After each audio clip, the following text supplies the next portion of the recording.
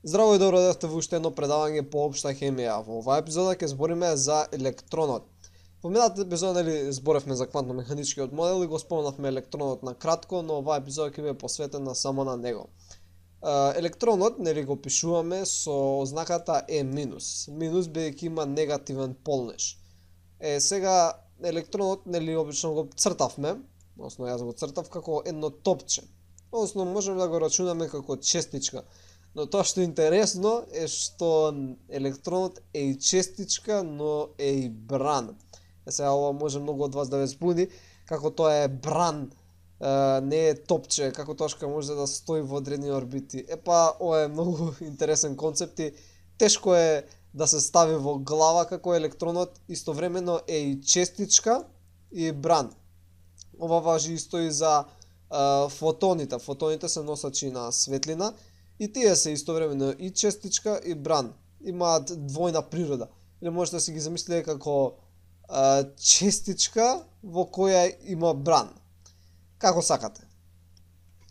Како тоа некако би изгледало, ако тука да речеме е јадрото на атомот. Електроните, ако ги гледаме како бран, би изгледале некако вака.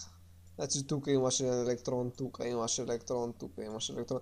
Не вака, ама ова е најблизу што би можеле да го представиме.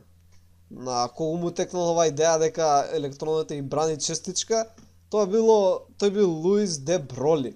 Интересна приказна кога му текнала оваа идеја, бидејќи он тогаш кога требало да добие докторат, да приложи идејата, неговите колеги го сметале за луд, како тоа електронот може да биде и честичка и бран.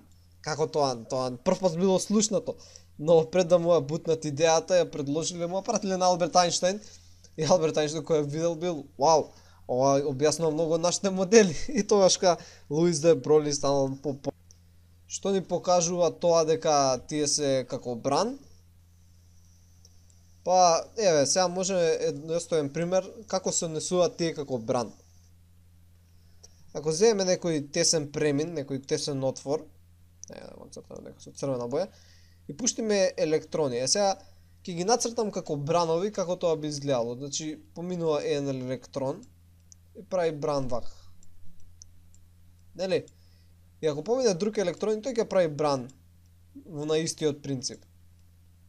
Сега тие се поништуваат и се зголемуваат на дадени места и кога ќе удрат на детекторот, ќе ја дадат познатата шара, односно центарот ќе има најмногу и вака. Односно ќе има места кај што имаме електрони, места кај што немаме електрони, места кај што имаме електрони, места кај што немаме електрони, кај што имаме, немаме и имаме. И таа шара ќе дадат и тоа ни укажува дека тие имаат и брановинна природа. Сега, иако на почеток ви кажав дека се изградено од атоми, односно протони, неутрони и електрони, тоа е до некаде лага, бидејќи се е всушност изградено од овие елементарни честички. Но за нив ќе збориме малце подоцна, но еве го каде е електронот. Електронот се наоѓа во групата на лептони и тука му е местото. Исто ова на примеров дека се нарекува муон. Муонот, нели рековме кај позитивното јадро и нели околу кружат електрони. Не мора секогаш да кружат електрони околу јадрото, можеме да ставиме и муон, кој е прилично потежок од електронот, но и тој ќе седи во орбита, ќе се наоѓа во орбиталите околу јадрото. Но добро, ајде, тоа сега и не засега толку многу. Затоа сега ќе збориме, нели сега научивме дека електронот се однесува и како честичка и како бран. Исто ќе го напоменеме принципот на Хајзенберг, кој го спомнав минатите епизоди, дека не можеме да знаеме точна позиција на електронот, или ако ја знаеме неговата точна позиција, точно не ја знаеме неговата брзина, односно брзината представува енергијата на електронот. Значи ако е тука и електронот не можеме да знаеме точно каде се наоѓа. Минатиот пат исто не покажав слика од Хајзенберг. Ево го Хајзенберг. Исто и тој е млад дечко, сличен како Бор. Така да, ако некојаш ја видите оваа слика, може да се направите паметни да го препознаете дека ова е Хајзенберг. Но добро, ај сега да не збориме за Хајзенберг. Сега ќе збориме за електронски конфигурации. Што представуваат електронски конфигурации? Тие ни помнуваат, тие се како адреса која ни кажува каде се наоѓа електронот во даден атом. Значи, како што ги имавме орбиталите, нели си имаме орбитали, пи орбитали во сите три димензии, натаму и натаму. Имаме S орбиталата која е сфера околу јадрото. Сега, да речеме овој елемент си има два електрона. Од кај ќе знаеме кај си тие електрона? Се наоѓаат во S орбиталата, се наоѓаат во P орбиталата. Во која P орбитала се наоѓаат?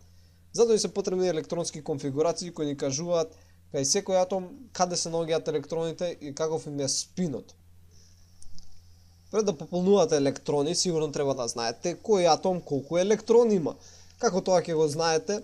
Па, тоа најверојатно што ќе ви го бараат во школа е за електронеутрални атоми. Односно, бројот на електрони во даден атом ќе биде еднаков на бројот на протони. Сега, како ќе знаете кој е бројот на протони? Бројот на протони, односно, представува бројот на хемискиот елемент. Например, тука гледате 1. Значи, водород има 1 протон. П+. Да речеме да земеме железо. Железо има 26 протони. Сега, за да биде електронеутрален, колку што има позитивен полнеж, што го треба да има и негативен. Значи, има исто и електрони. Значи, железото ќе има 26 електрони. Но ова е при електронеутрални атоми.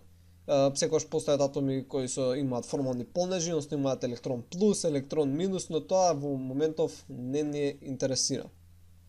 Значи, дај да земеме оваа периодична таблица да минимизираме малце, бидејќи ќе ни треба, но нека биде помала. Еве, тука ќе ја ставиме. Сега за мало подсетување какви орбитали имавме. Еве сега тука имаме една шематска презентација од орбиталите. Само ќе ги запишеме на кратко.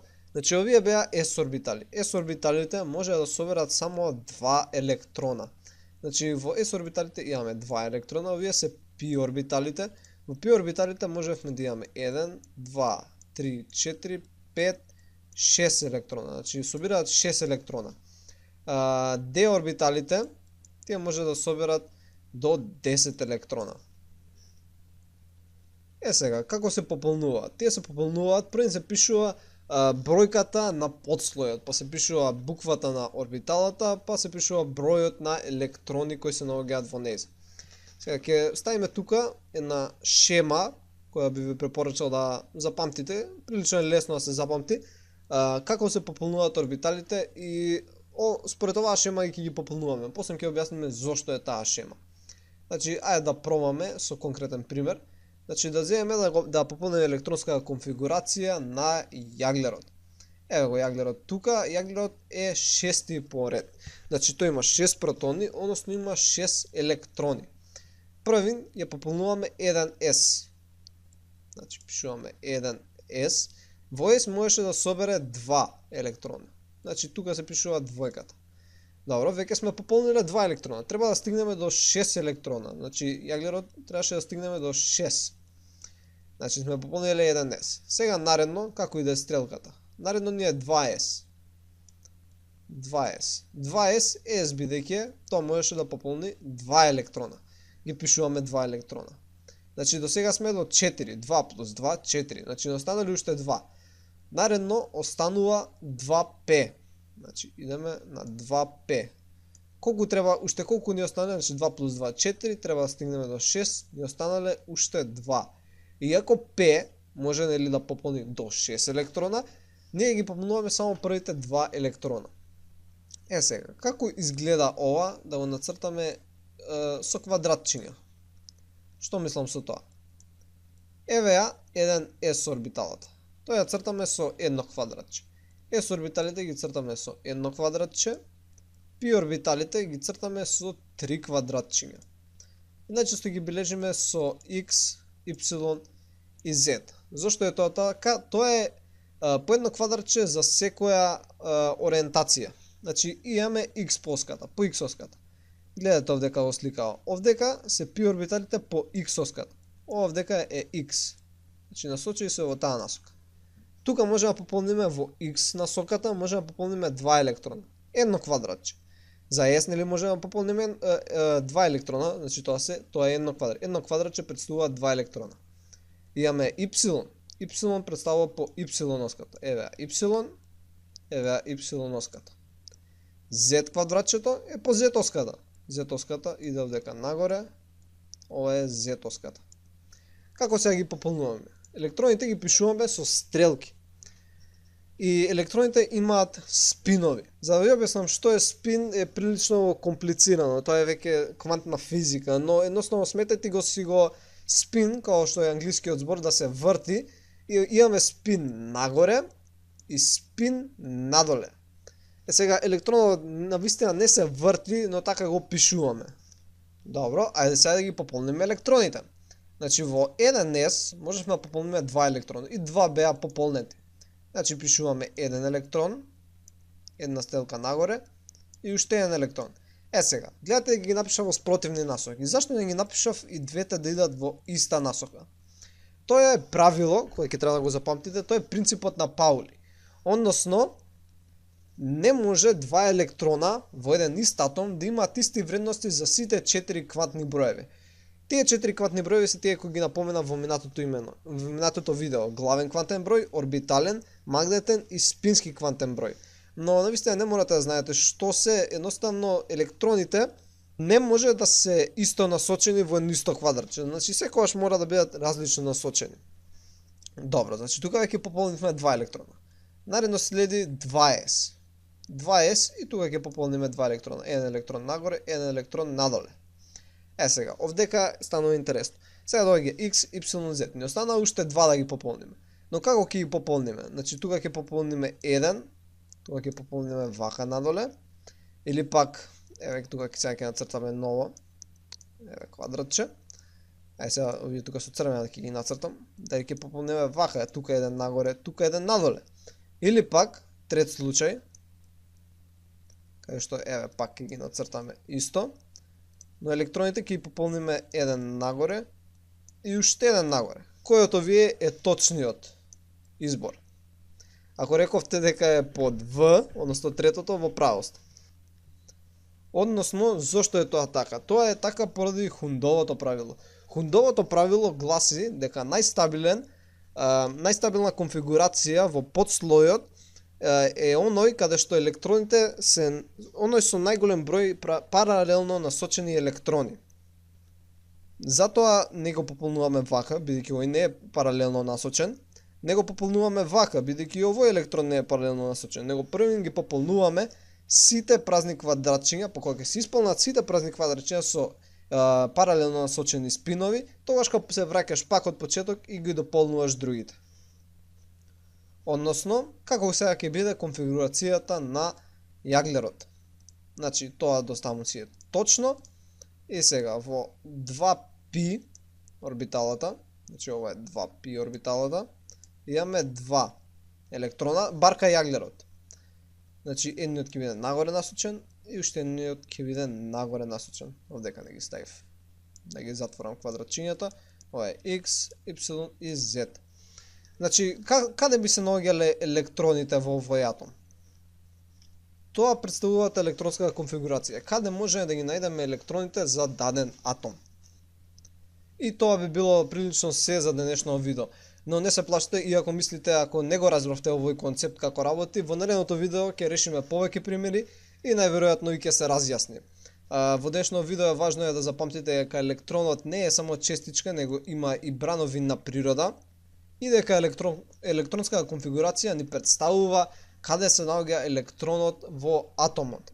Но за нејзе подетално ќе решиме неколку примери во наредното видео за колку толку да ви се разјасни.